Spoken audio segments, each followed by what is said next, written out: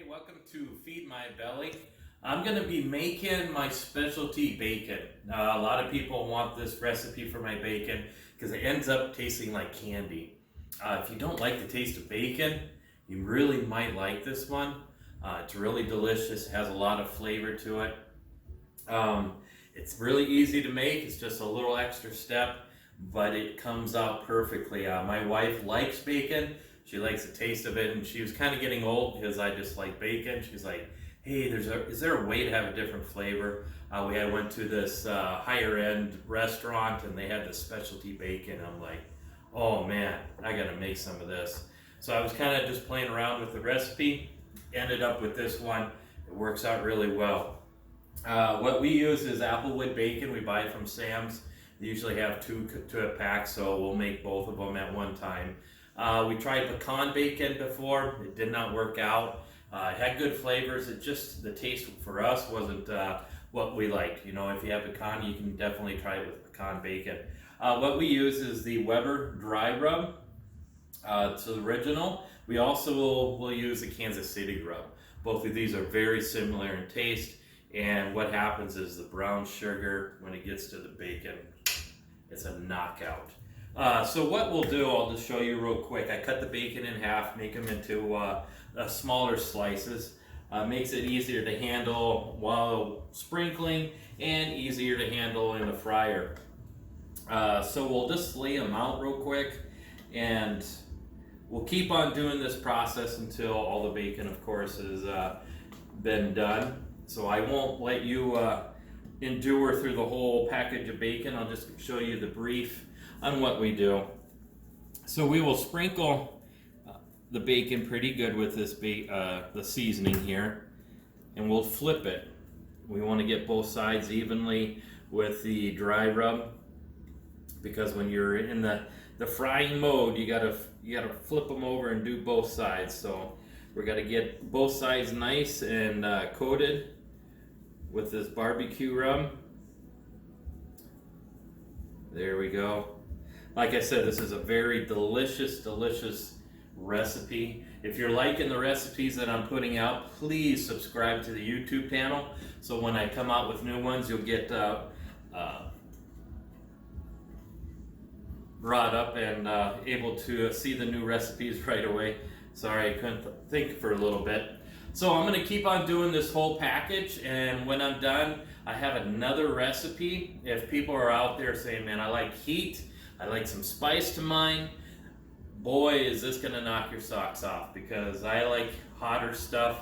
I think me and my son are probably the only ones in this household that likes hotter stuff, so I make them both ways to, let everyone be happy.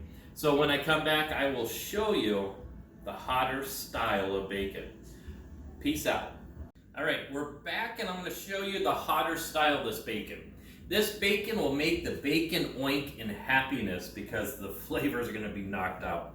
As you can see in front of me, I already sprinkled these on both sides. What I'll do now is I have some hot sauce that I get from the Pepper Palace. Now, if you're not familiar with Pepper Palace, they have hundreds and hundreds of different kinds of hot sauces. This place is a knockout. I get all my hot sauces from there. Either I do it online, or there's a Pepper Palace in the cities where I go down to, drive 45 minutes just to buy hot sauce. So usually buy 10 to 12 of them at one time.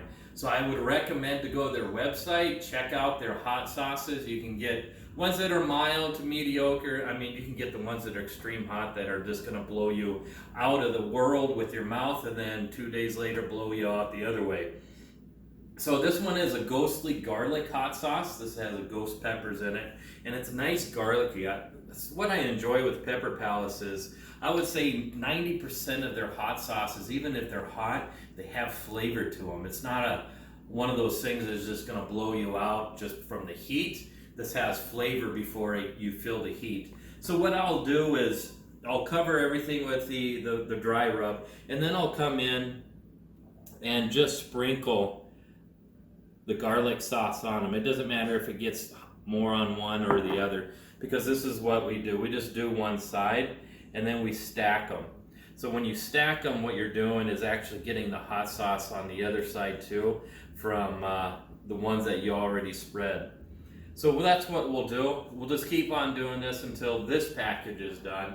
And what I did while I'm doing this, I put the other one in the fridge. Keep it in the fridge, that way the bacon stays nice and cool, so when you fry it, it holds together better. And it gives a little chance for that barbecue sauce just to sink, or not sauce, but barbecue rub to sink into the bacon a little bit. It'll give you more flavor when you get ready to eat it. So during this process, I'll let you go again so you don't have to endure me just spreading everything over.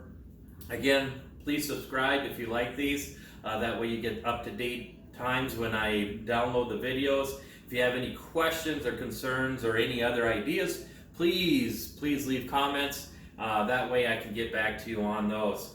Alrighty, we're going to keep on knocking this out. And the next time I see you, I'll be over at the oven, slaving in front of the heat. Later. Alright, so we're back at the kitchen here. We're at the stove. I got the burner on about 5 to 6 degrees, or the setting's at 5 to 6. We got the bacon that we did first. It has been in the fridge probably for maybe 10 minutes or so. So all I do is just take it and lay it flat in the pan.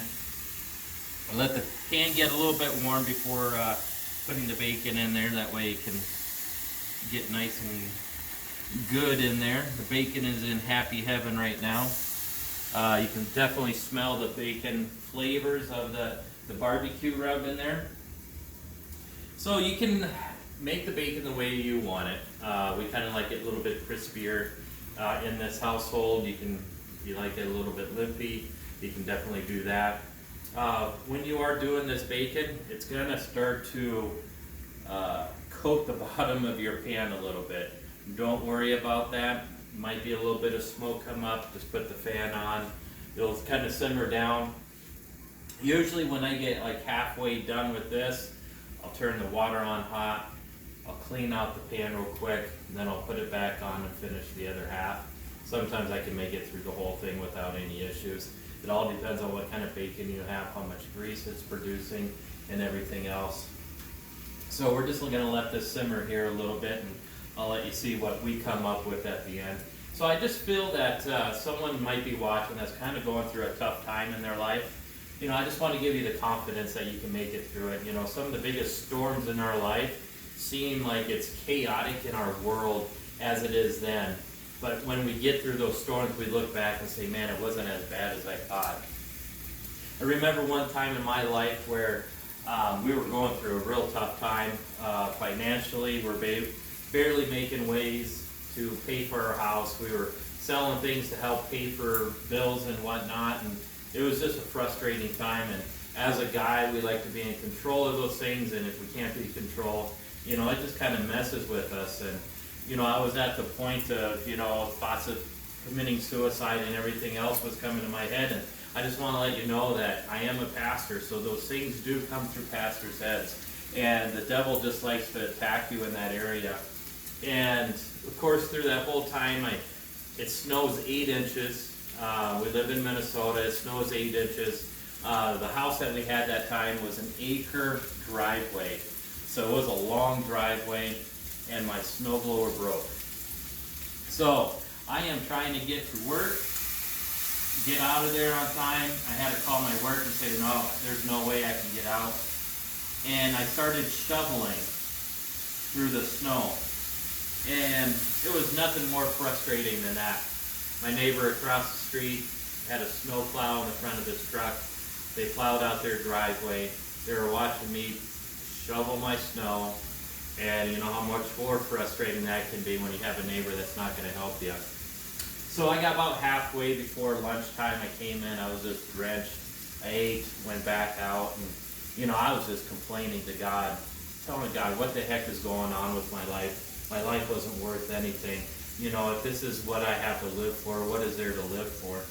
And God stopped me right then and there, and He said, when are you going to start praising me in your storm? I was like, what do you mean, God? He goes, when you hit troubles in life, start praising me. And from that day forward, I started praising God. When I was shoveling shovel by shovel. I was thanking God, I was singing songs to God, I was thanking Him for getting me through that storm. And probably an hour later, a guy drove by and saw me shoveling, and he goes, you know, I just live down the street, I got a big plow, let me come and plow you out. And he finished the plowing, which was wonderful because I still probably had about 40 more feet to go. I was dead at that point. We were able to bless him with a 20-pound turkey that we had raised. But the thing is from that day forward, my attitude changed. When rough times hit in our lives, I wasn't the first to go, you know, this life isn't worth it. I started praising God through it, and He changes every time. He shows up every time, and He shows me that He's always at work. So if you're going through a tough time in life, start praising God. If you don't believe in God, get on your knees, accept Jesus, start believing, and He will change. He will be there, because our God will never leave us, and He'll never forsake us. But sometimes we have to do the asking. He can't change things that we don't ask Him to change. So we have to go out and change it. So as you can see here, let me get back to the bacon. As you can see, the sugar does crust the bottom a little bit. So that is normal. So if you see that on the bottom of your pan, that is normal. As you can see, it's going to be a little bit of smoke that comes out. Like I said, that will go away. The initial, when it starts to crystallize on the bottom of the pan, you get the smoke. It does disappear. I'm going to keep on doing this, and we'll get back to the final product. I'm going to go ahead and do all of this, and then I'm going to do the one with my special sauce, my hot sauce on it. And when that is all done, we'll get you to the final product. See ya.